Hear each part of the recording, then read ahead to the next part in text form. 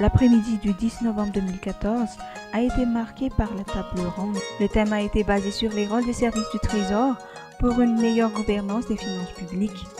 4 intervenants issus des 4 pays membres de l'AIST ont partagé les réalités ainsi que les expériences vécues des services du Trésor et des finances publiques de leurs pays respectifs. Alexandre Ranjanasoul, inspecteur général de l'État, a présenté les réformes engagées par le Trésor public malgache au cours des 5 dernières années, basées sur ces 5 défis majeurs.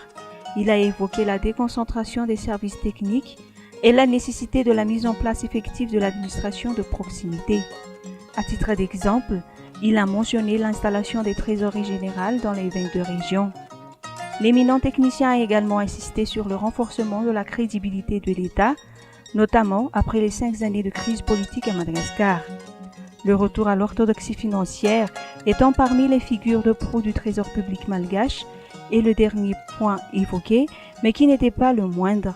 Des mesures comme l'encadrement très strict, voire la suppression des comptes de dépôt ont été également citées. À son tour, Lassina Fofana, directeur général adjoint du Trésor de la Côte d'Ivoire, a partagé les expériences de son pays en matière d'organisation du Trésor public. Cette institution est très fortement hiérarchisée et déconcentrée. Actuellement, son pays est très avancé car la chaîne de la dépense est entièrement informatisée.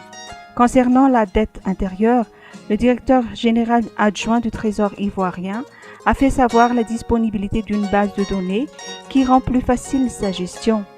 Quant à la pairie générale du Trésor, un système de gestion automatisé des paiements est également mis en place. Il en est de même pour la mise aux normes internationales de la tenue de comptabilité qui a bénéficié d'une certification ISO.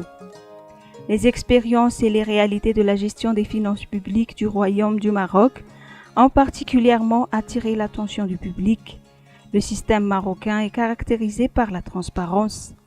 La valorisation de la communication de l'information financière est très importante avec la publication de 2 bulletins mensuels.